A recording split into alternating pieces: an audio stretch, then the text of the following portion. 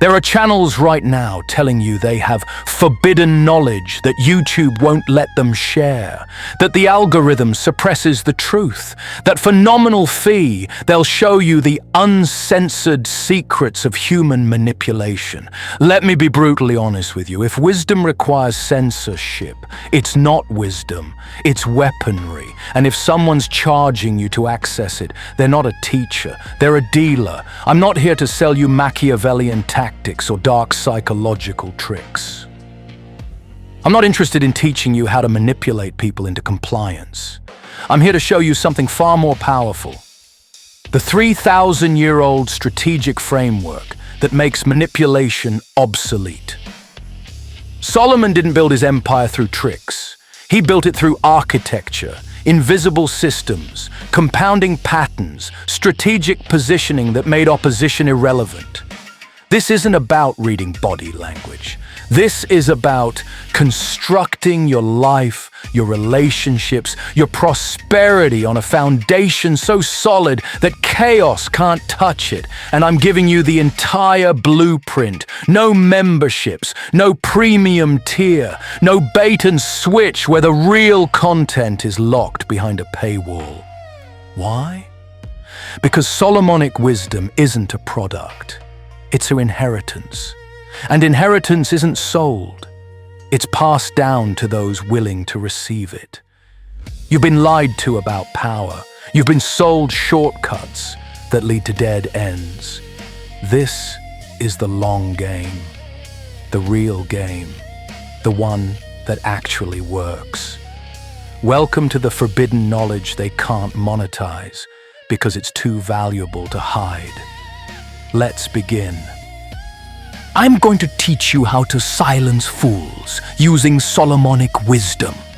There is a particular kind of regret that stays with a person longer than anger ever does. It's not what someone said to you, it's what you became while responding. Most people don't lose arguments because they lack words. They lose because they surrender their composure. They replay the moment later, not because they were outmatched, but because they acted beneath themselves. And that quiet self-disappointment lingers far longer than the conflict ever did. We're taught that conflict is about winning, proving, overpowering, or outmaneuvering. But ancient wisdom says otherwise. It teaches that the real contest is not between two people.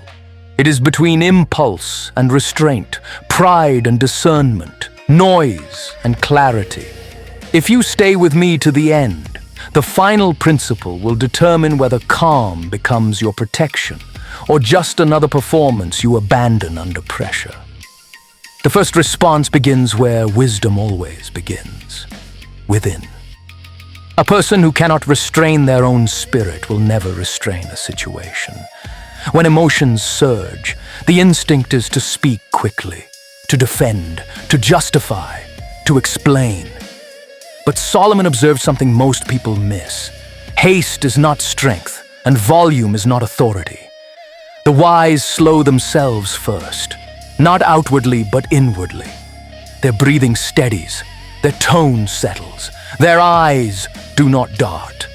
This is not passivity, it is preparation, because the person who governs themselves quietly takes command of the moment without announcing it. From there, wisdom often chooses silence, not because there's nothing to say, but because silence forces truth to surface. Most people rush to fill empty space. They fear it. They confuse silence with weakness. But silence has weight. It causes others to reveal themselves. In that pause, motives become visible, exaggerations unravel, and aggression loses its momentum. A calm pause communicates something words cannot. I am not threatened, and I am not rushed. More arguments dissolve here than anywhere else. Still, silence alone is not enough. Discernment must follow. Wisdom listens differently than emotion does. Instead of reacting to tone, it listens for intent. Is this person seeking understanding or seeking control? Are they expressing concern or fishing for reaction? A wise response does not address the surface insult. It addresses the underlying motive. Often, a simple, sincere question exposes more than any rebuttal ever could. When intention is revealed, manipulation loses its disguise. There are moments when agreement itself becomes a form of strength. Not agreement with distortion, but agreement with reality. The wise are not fragile. They do not panic at criticism because their identity is not built on appearances.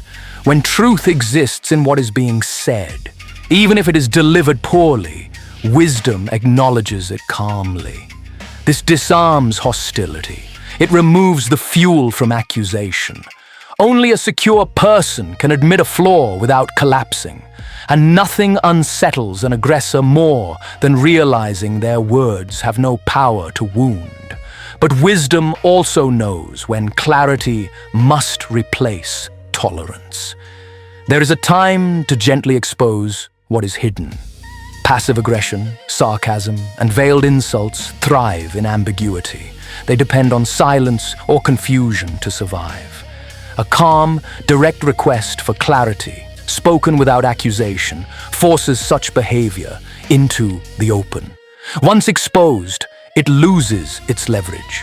Light does not need to attack darkness. It simply reveals it. Then there is a response few people expect, but almost everyone feels.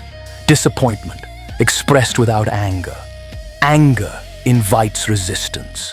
Disappointment invites reflection. It signals that something meaningful has been damaged, not through outrage, but through quiet recognition. This is not used to shame or control, but to establish boundaries rooted in self-respect. It says, "I expected better, not because I needed you to be perfect, but because I believed you were capable."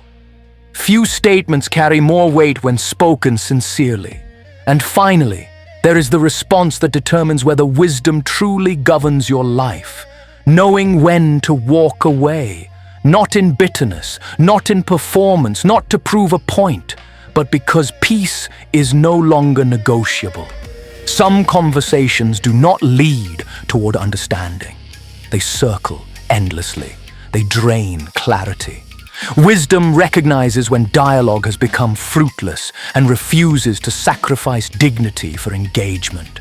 Walking away is not defeat. It is discernment.